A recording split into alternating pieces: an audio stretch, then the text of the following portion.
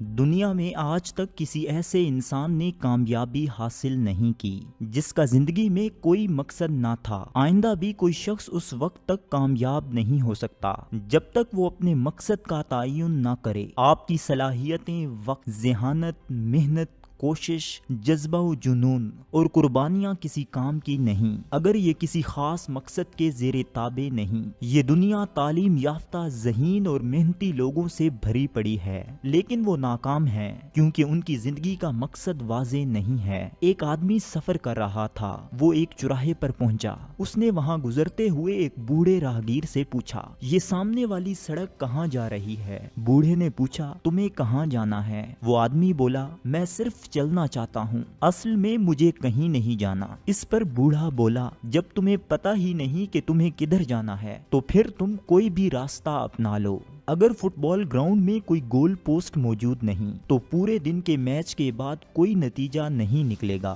اور کوئی ٹیم ایک بھی گول نہیں کر سکے گی کیونکہ گول کرنے والے پوسٹس کا تعین نہیں کیا گیا۔ آپ کبھی بھی ایسی بس میں سوار ہونا پسند نہیں کریں گے جس کے متعلق یہ پتہ نہ ہو کہ وہ کہاں جا رہی ہے۔ زندگی بھی ایک سفر ہے اور اس سفر کو کامیابی کا سفر بنانے کے لیے آپ کو اپنے مقصد کا شعور ہونا چاہیے۔ ماہرین کی تحقیق کے مطابق دنیا کے 97% لوگوں کا کوئی واضح نصب العین نہیں ہے۔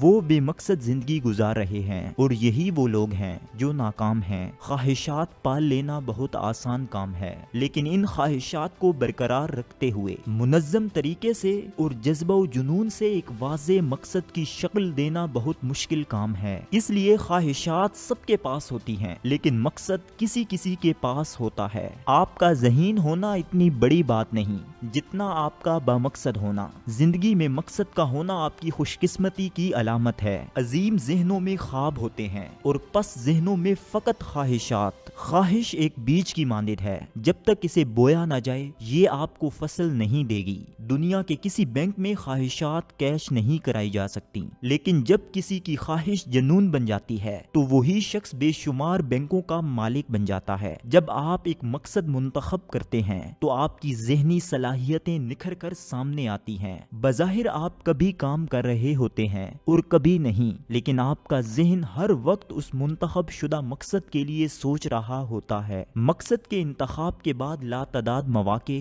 آپ کے دروازے پر دستک دیتے ہیں اور حالات بھی خود بخود آپ کی کامیابی کے لیے موافق ہو جاتے ہیں۔ سورج کی روشنی کو جب محدب عدسے سے ایک جگہ مرکوز کیا جاتا ہے تو وہ کاغذ کو آگ لگا کر جلا دیتی ہے۔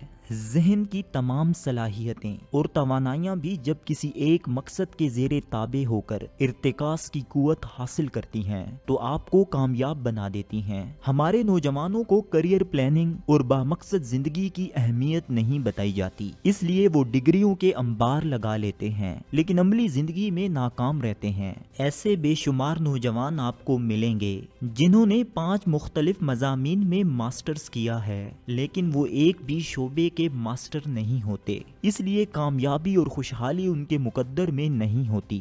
وہ نوجوان جلدی کامیاب ہو جاتا ہے جس نے ایک مخصوص مقصد کے تحت تعلیم مکمل کی ہو اور ایک خاص شعبے کا ماہر ہو، بجائے اس کے کہ جس نے پورا انسائکلوپیڈیا حفظ کیا ہو اور ایک فقرہ بھی اس کے جذبہ عمل کا جز نہ بن سکا ہو۔ آپ جتنا مرضی تعلیم یافتہ ہو جائیں اور کتابوں کے انبار پڑھ لیں، اگر آپ کا کوئی مقصد نہیں تو یہ ایسے ہی ہے جیسے آپ نے بہترین لباس زیب تن کر لیا اور آپ کو کہیں بھی نہیں جانا۔ تعلیم فقط روزی کمانا ہی نہیں بلکہ جینا بھی سکھاتی ہے۔ لوگ مقصد کا انتخاب کرتے ہوئے ڈرتے ہیں کیونکہ انہیں صرف رکاوٹیں نظر آتی ہیں۔ یاد رکھیے، رکاوٹیں تب نظر آتی ہیں کہ جب آپ اپنے مقصد سے نظریں ہٹا لیتے ہیں۔ آپ کا مقصد آپ کی زندگی کے ہر شعبے کو متاثر کر دیتا ہے۔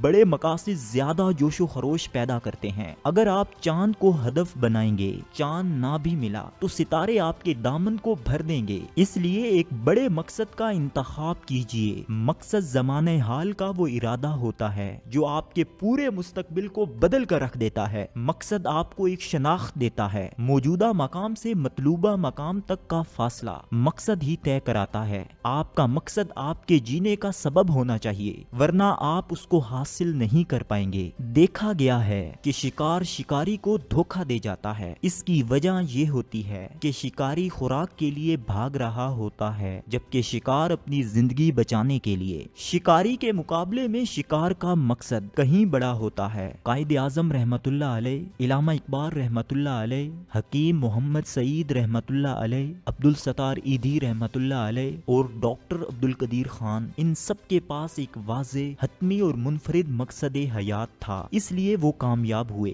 مقصد کا الگ ہونا بھی ضروری ہے، بلکہ آپ غور کریں تو آپ کا مقصد آپ کے گرد موجود دیگر افراد سے مختلف ہوگا۔ دراصل آپ کا مزاج دوسروں سے مختلف ہے، اس لیے آپ کا مقصد بھی دوسروں سے مختلف ہے۔ سارے ایک ہی ساز بجائیں تو کبھی پرکشش دھن تخلیق نہیں ہو سکتی۔ اگر تنوع نہ ہو تو دنیا کی ساری رونق ہی ختم ہو جائے۔ اس لیے دوسروں کے مقاصد اور خوابوں پر تنقید کرنے کی بجائے آپ اپنا مقصد منتخب کیجئے۔ آپ کیا سمیٹنا چاہتے ہیں، کیا اکٹھا کرنا چاہتے ہیں، کیسے انسان بننا چاہتے ہیں اور کیا بانٹنا چاہتے ہیں؟ یہی سوالات آپ کو مقصد منتخب کرنے پر ابھاریں گی۔ اپنی خواہشات کو منظم کیجئے اور اپنے مقصد کے تابع کیجئے۔ اس طرح آپ جو کچھ بننا چاہتے ہیں وہ بننے کی صلاحیتیں ظاہر ہونا شروع ہو جائیں گی۔ اگر آپ واضح طور پر اپنے مقصد سے آشنا ہو گئے تو سمجھ لیجئے آپ کی کامیابی کے سفر کی ابتدا ہو گئی، کیونکہ اس سے کوئی فرق نہیں پڑتا کہ ہم کہاں کھڑے ہیں۔ اصل اہمیت اس بات کی ہے کہ ہم کس سمت میں بڑھ رہے ہیں۔ آئیے درست سمت کا تعین کریں۔ یہ اقتباس قاسم علی شاہ صاحب کی کتاب کامیابی کا پیغام سے لیا گیا ہے۔